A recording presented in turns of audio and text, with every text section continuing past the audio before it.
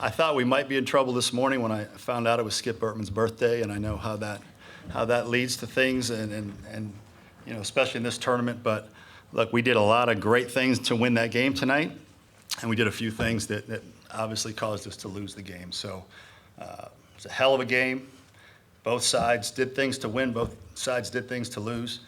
They got the one more hit, and look, we got to wear it today, and we'll be ready to go tomorrow like we have been all year. All right, let's take questions for Cole, please. Please raise your hand if you have one. Anyone? On the second row, on the left. Cole, you're continued to hit the ball well. Can you take us through the at-bat in the sixth on the 2 RBI single? I felt like Christian Little's got a really good fastball. He's had a really good fastball since we were 14, so I was geared up for it and threw a cutter away, and I felt like I just stayed through it just enough to hit it in that gap and have a good at-bat for my team. All right, on the right side, third row. Cole, obviously giving it everything he could after the effort 2 days ago. Do you notice any fatigue or anything different about Chris in the ninth inning from behind the plate?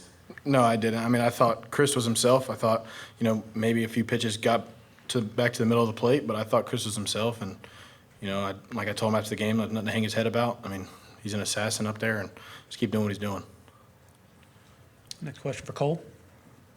In the center of the room, second row.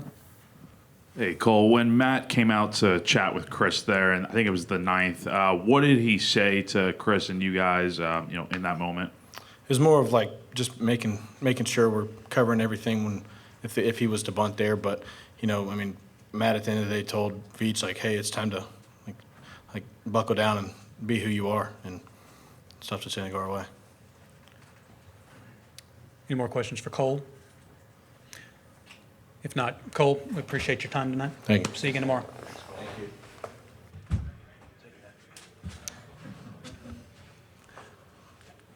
All right, if there are questions for Coach, please raise your hand, and right here on the fourth row on the right.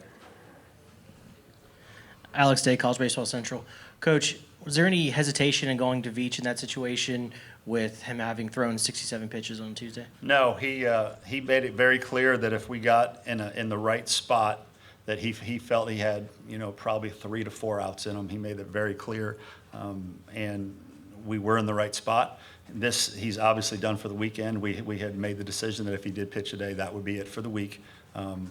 So everything lined up, and you know what? He made some pitches, and they put the ball in play, and it found some holes. So sometimes it just is what it is. Center of the room, second row. Jack Belcher, GamecockCentral.com. Mark, when you guys are up by 3, you try pulling off the double steal. What kind of went into that decision, and how much do you feel like that play impacted what ended up happening in the game? No, there was a left-on-left matchup. We had the right guys on the bases speed-wise. It's a play that we work on, and Monty thought it was the right time to try it. And, again, we didn't come here to play scared. We came here to play aggressive and push the envelope and do some things that we think, might help create runs. And, again, you do a lot of things that work out. You do some things that don't work out. That's why it's competitive athletics. Right next door. How obviously a game this close to have 4 errors and the ones late in the game, how tough is that, and anything to pin those on? Or that was clearly the difference in the game. They made no errors. We made 4. Clearly, that was the difference in the game. And the ball to Gavin, it was almost like a cue ball. He did everything he could to try to get down and get in front of it. And it snuck through him. And look, it was a tough play. It was unfortunate. Nothing you can do about it now. In the front row. Coach Riley from The Advocate. Coach, this is the first time your team has faced LSU this season, but I don't know how much time you had to prepare for them, but obviously they had a really slow start to the year and have really turned things on lately. What do you think has been the difference for this team in terms of them just playing much better baseball as we head to the postseason? Well, it's LSU. They're supposed to be one of the best teams in the country, and generally they are. So at some point, when you have Tommy White, when you have Jared Jones, when you have Hayden Travinski, you've got a lot of good players. Thatcher Hurd is still a guy that helped them win a World Series last year, started the game for them. They've got good players. They've got good players. And, again, we talked about it in Columbia some. There are ebbs and flows to the game, to the season. teams go through things. I know they went through an unbelievably tough stretch in the middle of the season. It happens. It's the SEC. So at the end of the day, I think we're all really enjoying this week, the competition, the pageantry. But I think come next week, I think we're all going to be happy to get out there and not have to look at each other. Right side, third row. Alan Cole, GamecockScoop.com. You got two true freshmen on the mound for your first two pitchers today. What did you see from Pitzer and McCoy, and do you feel more confident maybe using them in a regional after getting their feet wet in the postseason today? I mean, it was really good. They needed that kind of experience. They needed that stage. They're very talented. They're going to be really good moving forward, and they needed it. You know, whether it worked out or whether it didn't work out, they needed this experience for their growth. And they probably both wish they would have done a little bit better, but thought they had their moments. And again, they'll be better because they were in front of that crowd on that stage, and they'll be much better because of it. Back row in the center. Phil Kornblut, Sports Talk Media Network. I guess it was baseball fate that Braswell comes up in that situation. What were your thoughts, maybe just seeing one of your former guys there in a position to beat you guys? Yeah, I think I felt a little bit like Tim Corbin watching Parker Noland and Gavin Cassis.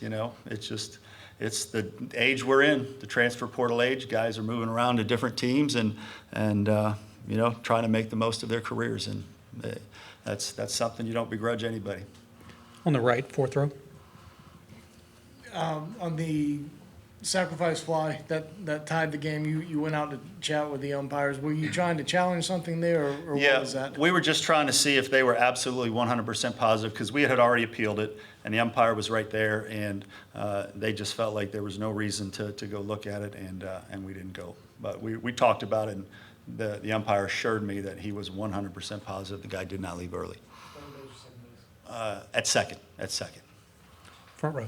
Coach, how have you seen Michael Braswell's game evolve since he's departed for South Carolina? Yeah, we didn't play them this year, so it's hard for me to say. Outside of today, that's a hard thing to say. Any more for Coach in the back center? So when you have a tough loss like this, you got to turn around and play tomorrow afternoon against a really good Kentucky team. Yeah. I mean, you concerned that your guys have emptied their tank? Is there anything left in the tank? Yeah, I mean, again, if you watch our guys love to play.